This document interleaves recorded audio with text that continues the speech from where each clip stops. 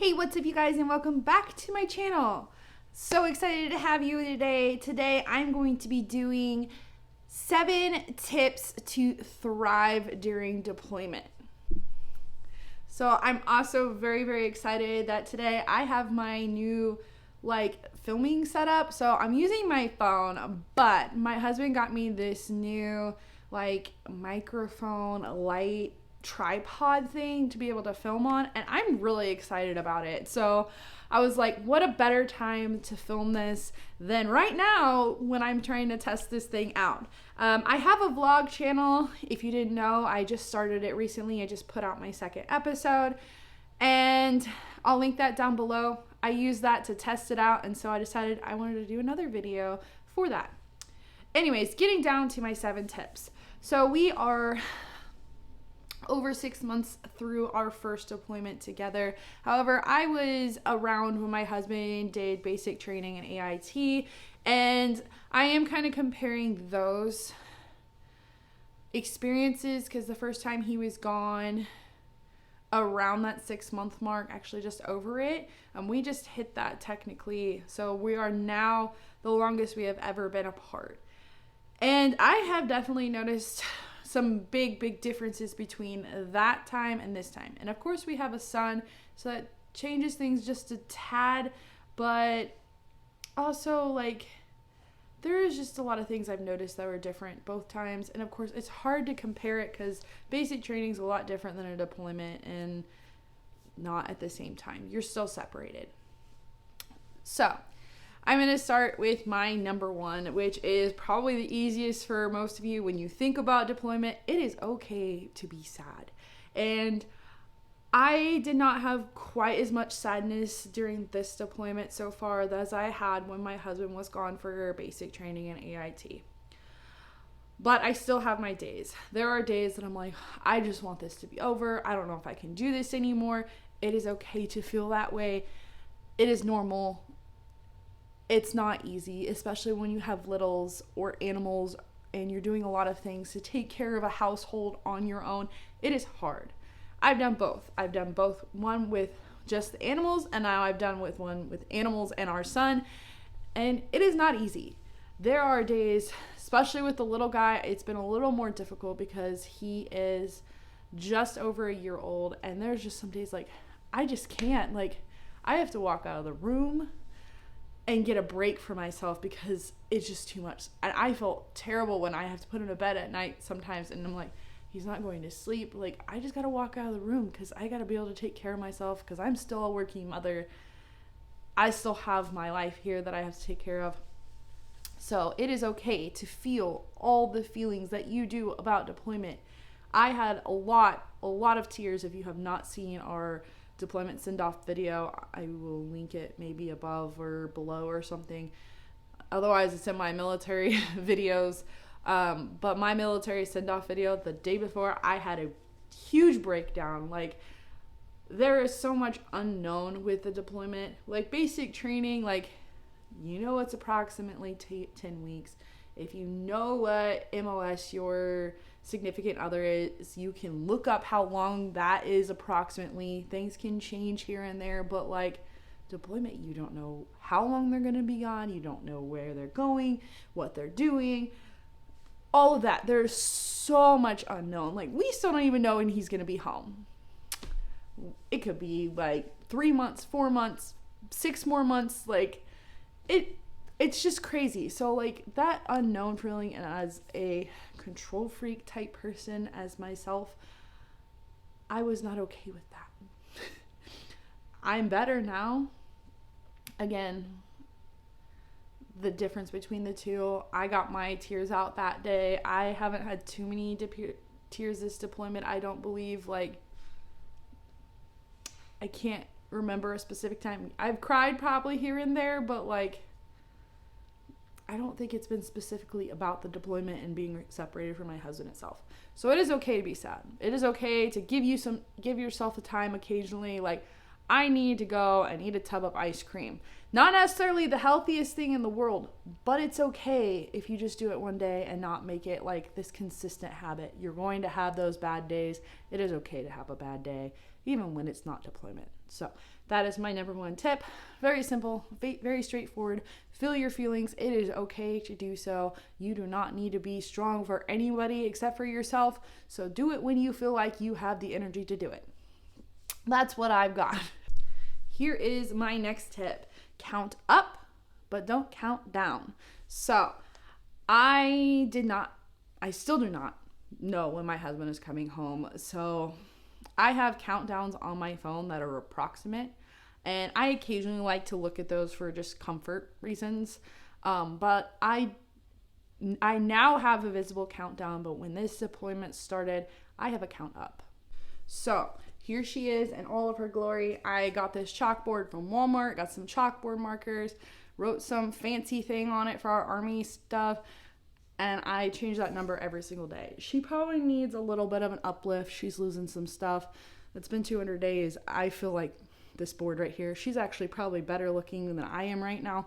But counting up, seeing how far you've come, and sometimes it just feels like, has it really been that long?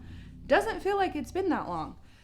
This helps so much. I do have a countdown now that we have approximate dates that are probably going to change. I do have a countdown. And it does help, but some days I look at that and I'm like, look how far we have left to go. Seriously, that's how far we have left to go. The mindset when you see that versus how far you've come. This is actually something that I got from like marathon training and whatnot, but like don't think about how far you have left, but how far you have come. Like, look, I've done a mile. Fantastic. Like most people can't even run a mile. Oh my gosh, I've done 20 miles. If I stopped right now, I still feel good. That is a better mindset than like, all right, we made it. We have like 150 days left. 150 days is a good milestone when you feel like you look back and see how far you've come. But if you go, oh my God, 150 days left, that's usually the feeling you get. There's not always a positive way to put that countdown. I do get excited when I hit the big milestones with the countdown. Like we hit 150 and I'm like, oh my God, only 150 days, only 200 more days, only 50 more days. That's exciting. But when you go 45 more days, 42 more days, it really kind of always just kind of has a negative like feel to it. It's hard to look at that more positively. So I always recommend a count up versus a count down. I kind of had a countdown, count up thing going on when he was gone last time. I actually got excited for that every day because I'd go put my little star up like I'm a child. But I feel like that made time go by really fast or really slow unless I was looking like, look how many stars I have. Like that was exciting to me. So that makes it a little more positive to me than going, I have this many days left. Now, if you have kids, it's a little bit different. Like I originally put the count down on the mirror in the bathroom for Petey, but he's not quite old enough to even care. I don't even think he knows who his daddy is some days because he's so young and was so young when Drew left. So if you have kids, countdowns may be good, but like they do wear on you. So count up, not down. So this is a huge one for me. So the first week that Drew left and the first time that he left 3 years ago or however long it's been, you immediately just get in this really weird mindset like, I need to redo everything. I need to do this project and I need to be so productive and do all these things and work out and do that and do this and do that. It is not possible to get all the things you want to do goal-wise done in a lot amount of time, and you always want to get it done like right now. Slow down. I did still rearrange my house, but that was something small. But I had like 5 bajillion things on a list, so I think this is my list actually. Maybe? I don't think I have it with me, but I do have a list of things that I want to work on and I want to do. Write them down. Just get a piece of paper out, write them down, and know that you're probably not going to get all of those done, but if you have them down and you have the free time, you can work on individual projects. And I emphasize individual projects. Don't be me and have too many projects going on at once. I can't even number it. Some of these projects were started before my husband left, and I'm like, I need to finish this. So I did rearrange my house. I did make it look better. There's a project I'm working on in my backyard, and another project I'm working on for PD, and another project that I have all these projects that I need to do. Just go ahead, write them down. Write down the goals. Write down some small milestones that you want to hit and go with that.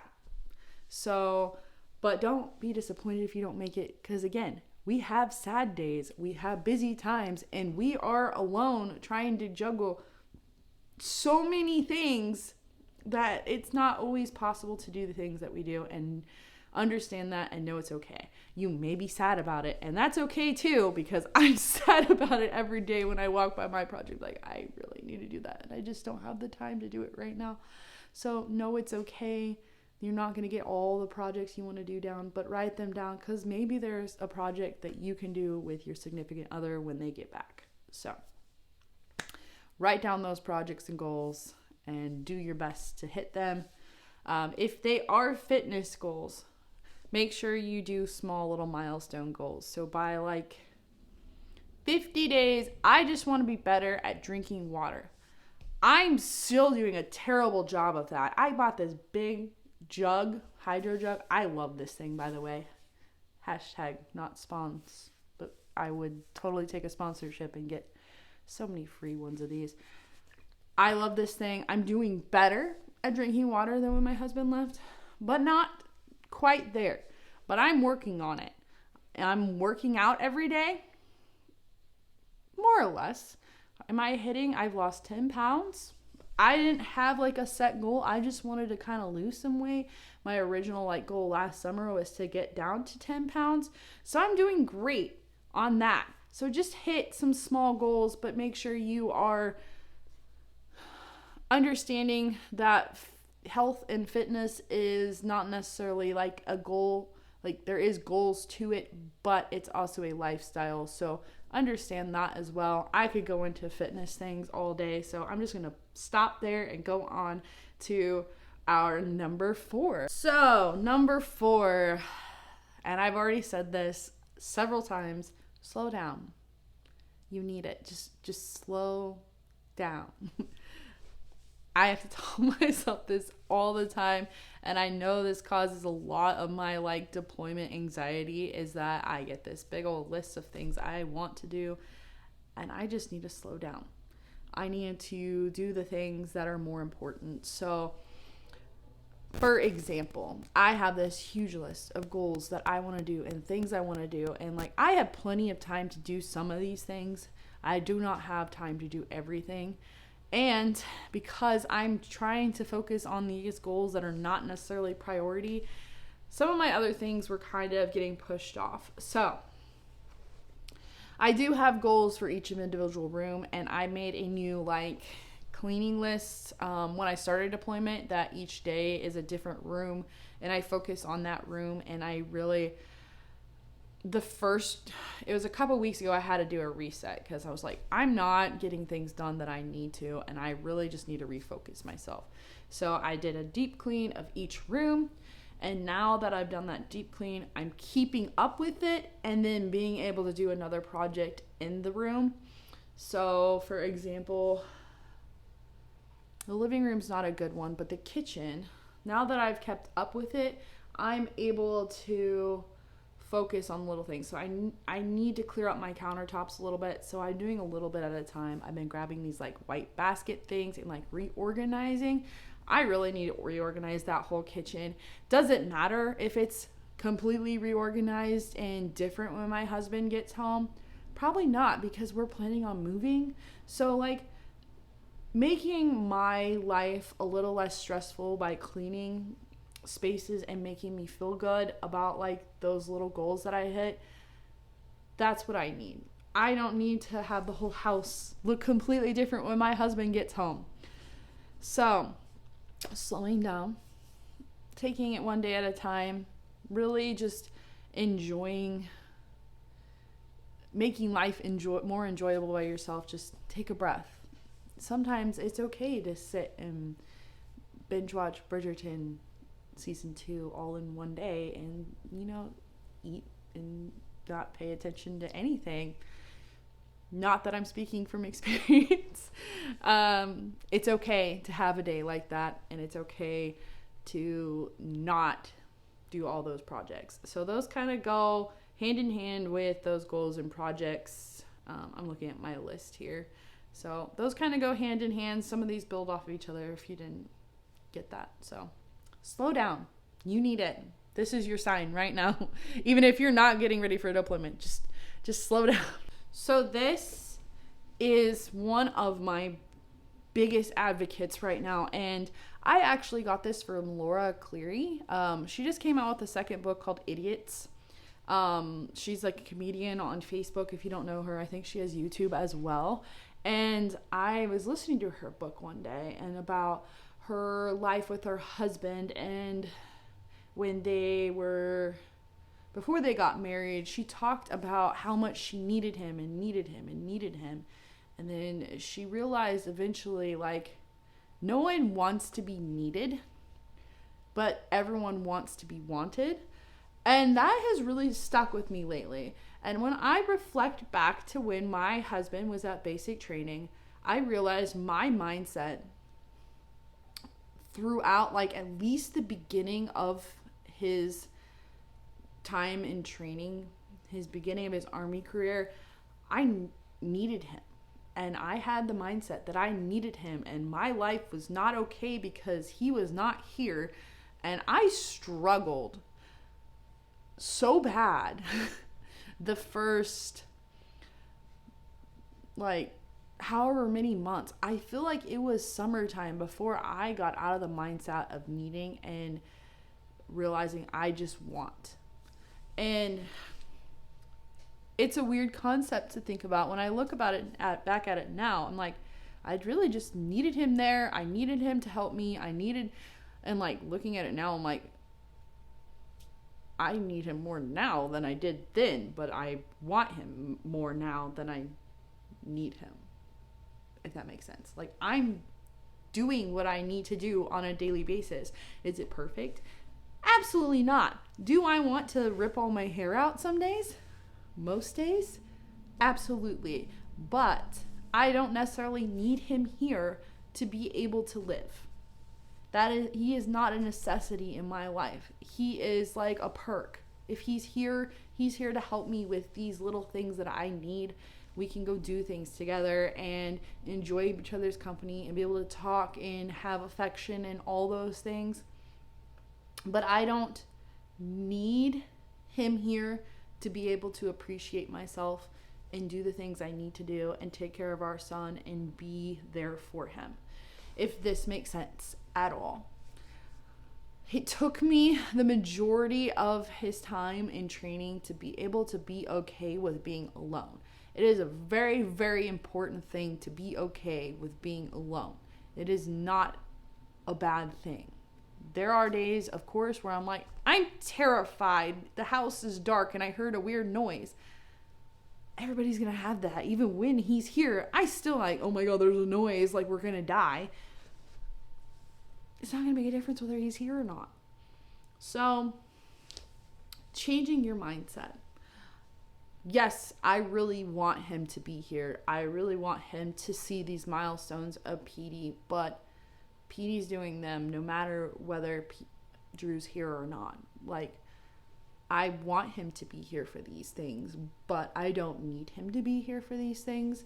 And having this mindset now, like, I don't want to say I miss him less.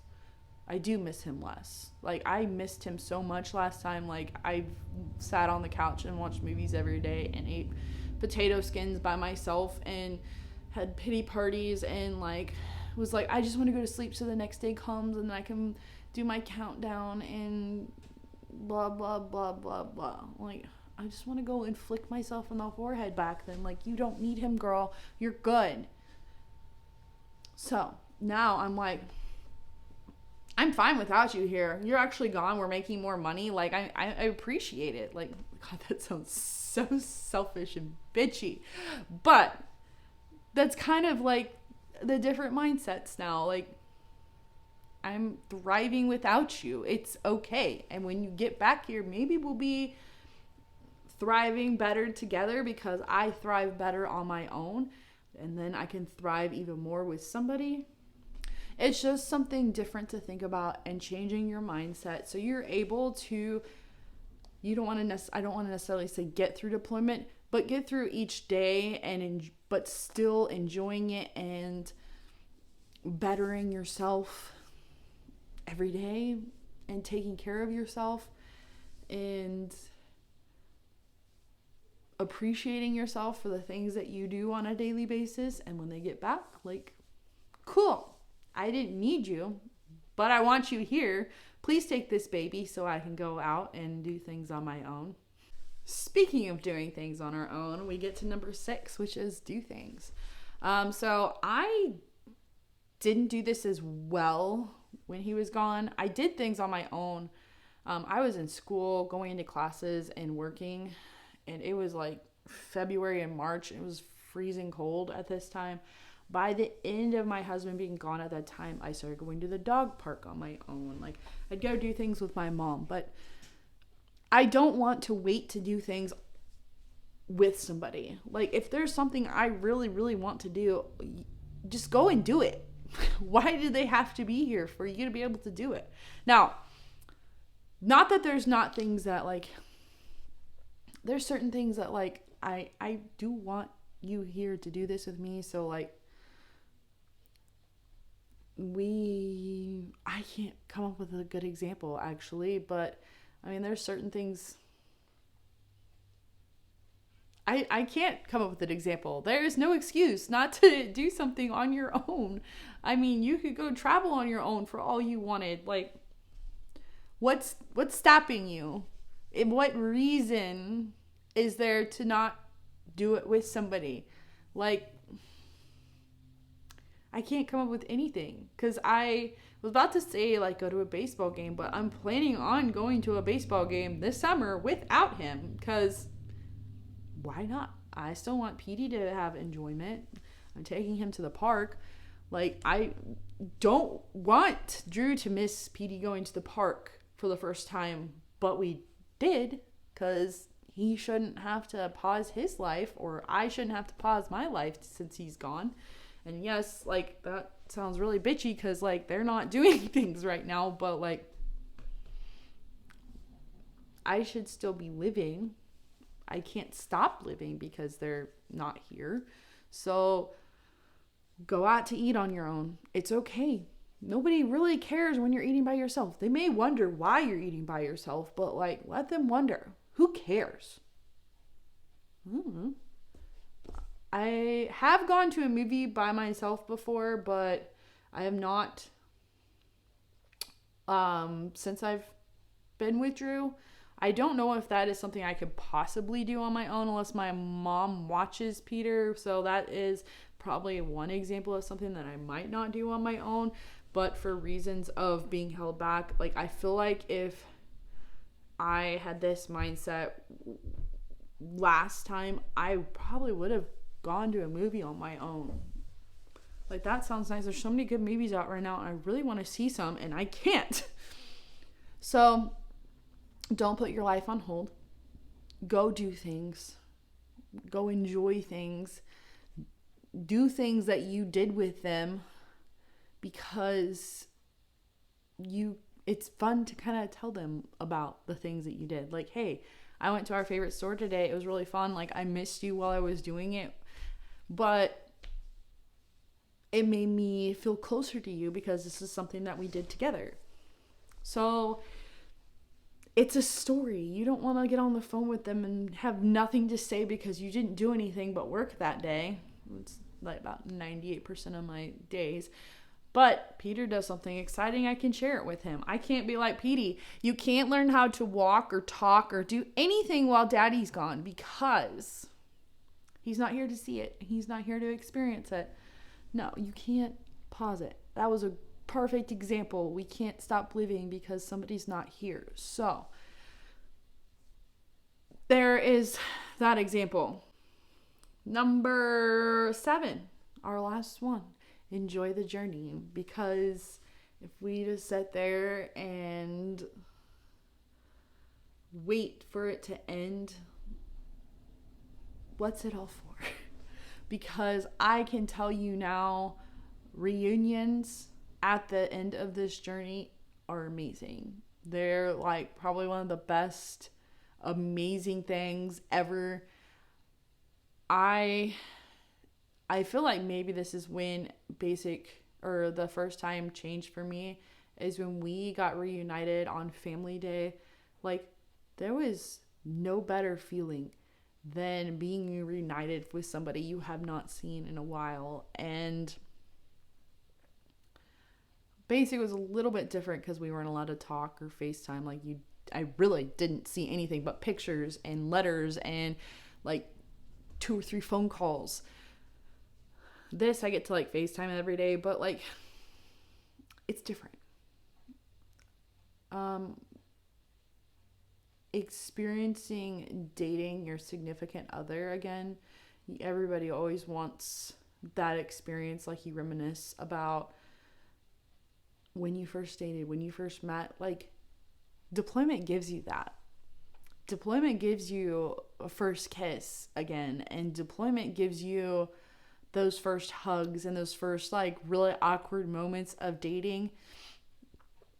And that is like makes it 100% worth it. But we can't sit there and dream about that day and look back on the deployment and say, oh dang, I wish I enjoyed that a little bit more because like this was totally worth it. Go and do things and experience things, have memories that you don't have with them that you can eventually share with them. Like, hey, I found this really cool spot while you were gone. Let's go. We can go have a first date there. Like, go experience things and have stories and enjoy your moments, because they're experiencing things and enjoying things and doing things. They are maybe not necessarily things they enjoy doing, but like, what's the holdup? So enjoy the journey. That reward at the end is amazing, but don't forget that every day can be a reward if you make it so. That's my 7 tips for thriving deployment. I probably have some more tips that I can pull out of a hat right now, but these were like the 7 that I just sat down and wrote this list, and these are the first 7 things that I could come up with. So if you did like this video, give me a thumbs up. Comment down below if you want me to do more as this deployment goes on. I probably will come up with some different ideas as well. If you want to see more videos from me, make sure you subscribe. I know there's a little bell icon that alerts you when I post videos, so make sure you hit that. Comment, subscribe, like, do all the things, and I will see you all next time.